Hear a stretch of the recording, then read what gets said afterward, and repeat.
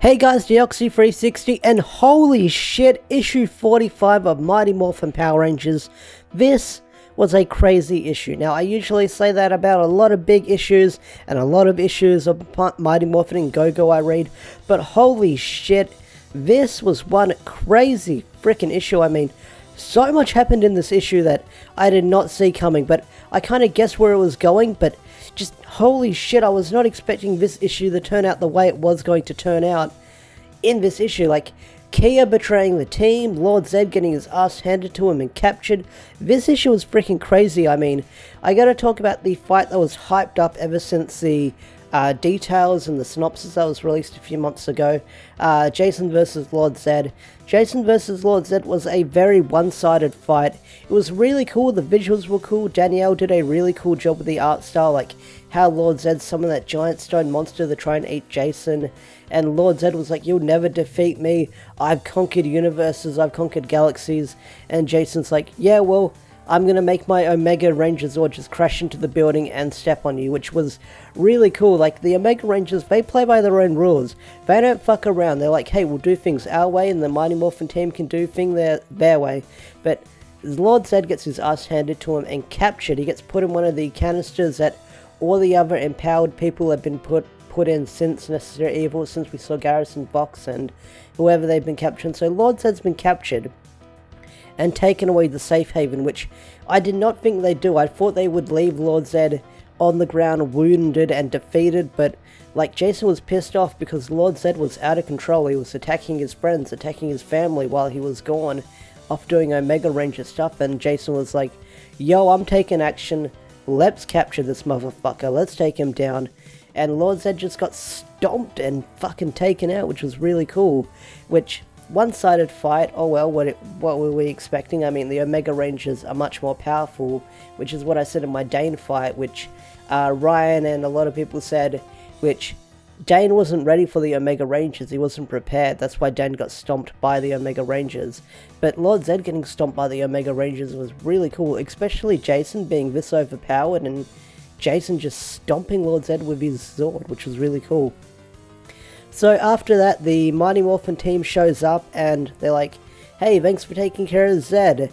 And after that, Kia freaks out. Kia freaks out because whenever she looks at Tommy Oliver, she sees Lord Drakon. She sees images of Lord Drakon, of thinking that he is Lord Drakon, and she starts freaking out. She's like, I'll kill him, I'll fucking kill him. It's Lord Drakon, we gotta take him out right now. And they're like, yo, calm down, it's not Lord Drakon. Lord Drakon's been dead for like a year now. Shattergrid ended a year ago. Did you miss that issue, Kia? Probably. But Kia's freaking out because she thinks Tommy Oliver is gonna go down the same path as he did as Lord Drakon in World of the Coinless and become Lord Drakon again. So she's very paranoid. She thinks history is going to repeat. So she's having this PTSD, post-traumatic stress, that Tommy is going to cause the end of the world again and cause Shattergrid again because he's got the white light powers, and she wants to kill him. She wants to stop him. And Emissary Blue's like, yo, you need to chill out. Like, that's not going to happen. Tommy Oliver's a good kid now. He's not going to go down that same path. He's a totally different timeline, it's a totally different new universe. That's not gonna happen, and Kia's like, fuck you, Blue Emissary, I'm killing you. Which took me by surprise. The Blue Emissary is killed by Kia, I mean, taken out like whoosh, which I thought the Blue Emissary would be sticking around for much longer throughout Necessary Evil, but with Blue Emissary dead, we won't be seeing him for any while longer, which kind of sucks because the Blue Emissary is dead, gone, kaput. Maybe he survived, maybe he didn't, but when Kia was killing him, I'm pretty sure like his body was turning into stone or something. Maybe that's how those deities die or something. But if Blue Emissary is dead, what happened to Red and Yellow? Where are they right now? Because we have no idea where they are in Necessary Evil. I mean, we've been getting these comic covers where they've been flying through the multiverse or in between the multiverse, and they're looking at all the different ranges and all the different seasons, but we still don't know what happened to the other emissaries that we saw at the end of Shattergrid. So what happened to them? Did someone kill them? Are they not doing their job properly? You should be keeping an eye on this if you can see the universe, guys. Where the fuck are you? One of your own got killed.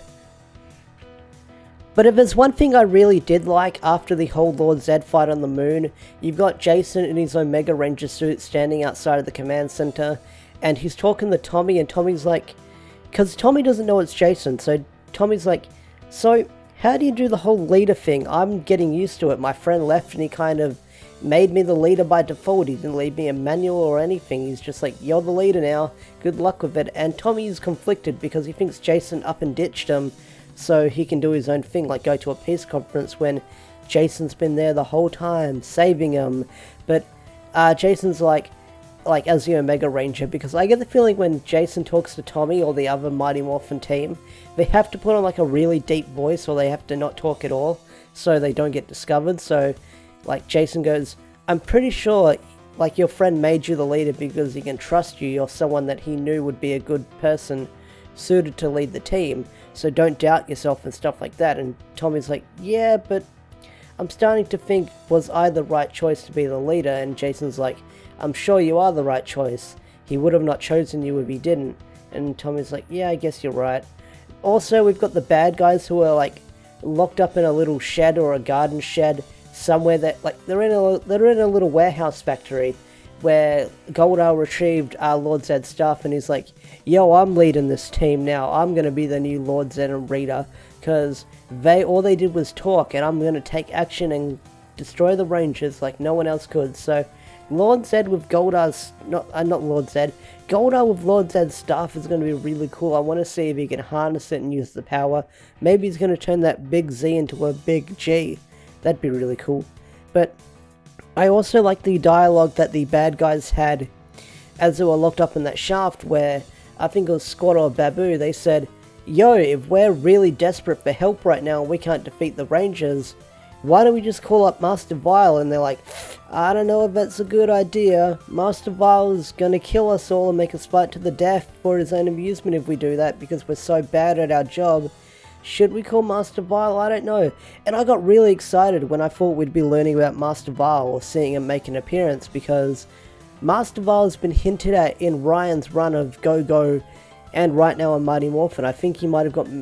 Did he get name dropped in those early issues of Mighty Morphin? I don't know, but Master Vile keeps getting name dropped. We saw him get mentioned in Go-Go during the whole Rita's Mother arc, and he's getting name dropped again. So Master Vile is out there somewhere in the comic world doing his own thing.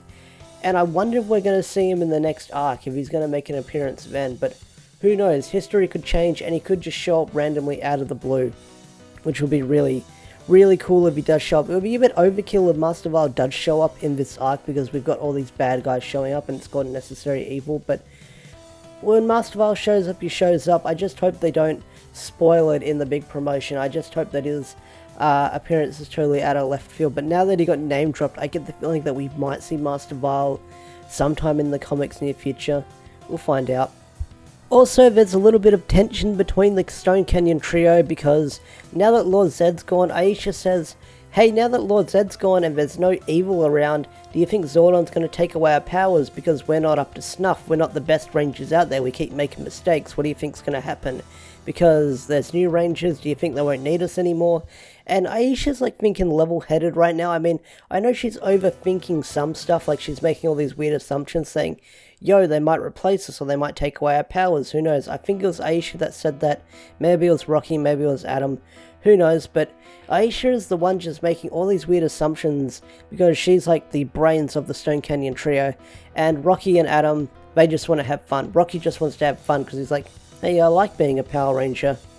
But yeah, pretty much. But I am enjoying the Stone Canyon trio and us just diving deeper into their characters in the comics than we did in the TV show, where we're exploring the what's the word? Amosity? Is the Amosity the right word? Amosity, whatever. We're learning the friction they have between the original trio, or the original Rangers, and each other. So it's always cool to see conflict between them before they all become best buds and they're all shaking hands, but they're still learning. Now, before we get into the final 2 pages, which is the big reveal at the end of the issue, well, there was a lot of big reveals, but the last 2 pages of this issue is the big cliffhanger for next time on Mighty Morphin. Stay tuned, but there's going to be some sort of art exhibition, which I get the feeling is setting up something. Bulk and Skull is going to go, and Candace, well, Skull and Candace are going to go. Bulk is tagging along because Candace is like, hey, my friend really likes your podcast, you want to come? And box like, yeah, I'm definitely coming now. Hell yeah, she likes my podcast. Yeah, I can not edit tonight. I like those three. I like Candace. Candace is a cutie patootie, and she looked like a cutie patootie with her hair down in this issue, so I really did like her appearance. But issue 45, let's get into that big plot twist. So it ends with Candace in that jail, well, not that jail, that room of all the vases and all the urns and the prisons, and she's making this big speech saying, I made a mistake, please forgive me. All of us have been broken, battered by life. We're not mistakes. We have been chosen by the Morphin grid. We're the defenders of the universe. We're the true defenders of the universe, she says. We are the Anointed, and our goal is simple, no more Rangers. And on the last page, she's recruited Garrison Vox and that weird-looking alien dude that we saw a few issues ago on Mighty Morphin. But one of the big plot twists as well that we saw in this issue, well, we read in this issue, Kia was one of the persons that Jason saw in his vision back in Go-Go in issue 23, which I didn't think was Kia. So Kia's going to be the one leading this army, and she's recruited Garrison Vox and that weird alien dude. No doubt about it, she's going to recruit Dane because he was on the cover and Lord Zedd's been captured, so no doubt about it, she's going to recruit Lord Zedd, and that's going to be really interesting. See her recruiting Lord Zedd, because Lord Zedd taking orders by Kia, or maybe Lord Zedd's going to help him tap into the Morphin grid and let them become Dark Rangers. But there's a lot of urns in that issue. But what's also really cool is in issue 42 or 41, you saw all those urns back there. And this page just has Garrison Vox in the middle of that room and the alien crouching over. And I love it. I love it. It's a cool page. Garrison Vox looking like a fucking beefcake with veins in his arms. Cool design. Cool design. I think those veins in his arms, or the veins in their body, is because of the Morphin grid and the powers they attain. But they're called the Anointed, which is a really cool name, a really badass name. And they're saying no more Rangers. Now, Kia's plan is no more Power Rangers. Now, that is a plan that we've seen in Power Rangers plenty of times before. They want to destroy the Rangers. No more Rangers. Goodbye, Rangers. We're going to kill you all. But I wonder how Kia's going to execute her plan, because she wants Tommy Oliver dead because she thinks Tommy Oliver is going to turn into Lord Drakon again. So no doubt about it, Tommy Oliver is going to be a target on their back. Next issue, they've hinted at this big betrayal, so I get the feeling that Safe Haven is going to get overrun by monsters and Anointed or empowered people. They're going to force the Omega Rangers to retreat to Earth, which we've heard about in the upcoming synopsis. Spoilers if you haven't read them. If you watch my channel, you know I cover them. So the Omega Rangers are definitely going to get forced to retreat to Earth due to Kia's attack. And I'm curious to see how that's going to turn out, how badly they're going to get their ass handed to them to make them go to Earth.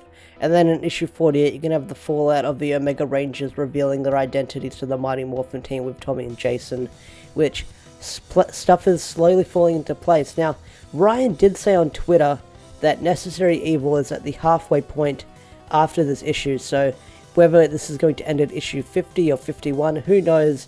I can't believe we're at the halfway point. It would make sense. I mean, usually these arcs go for like 4 to 8 issues.